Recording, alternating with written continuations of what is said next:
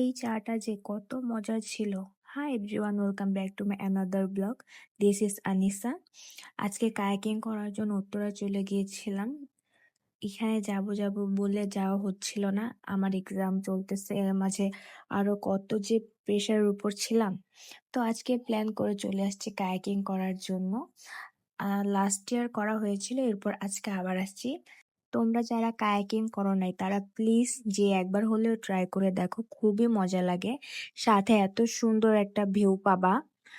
আমি আজকে যাওয়ার পরে বৃষ্টি শুরু হয়ে যায়, এত পরিমাণে বৃষ্টি। এই দেখো ট্রেন যাচ্ছিল, তোমরা কায়াকিং করতে করতে চারপাশে সুন্দর একটা ভিউ পাবা, সাথে ফ্রিতে ট্রেনও দেখতে পারবা। তো তোমরা দেরি না করে চলে যাও, আর অনেক ভালো লাগবে, ট্রাস্ট মি।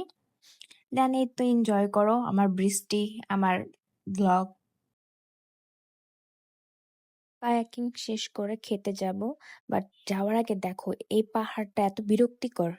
এরপর দেখো আমরা আয়নাল হোটেলে চলে আসছি। এটা হচ্ছে উত্তরাতে অনেক ফেমাস, অনেক নাম শুনেছি, কিন্তু খাবার ভাই তোমাদের যাইতেই হবে, এমন কোনো আহামরি কিছুই না। কিন্তু এই পুডিংটা কি ছিল, আমি অ্যাটলিস্ট এটা খেতে হলেও আবার আমি এখানে যাব, এটা এত মজা ছিল।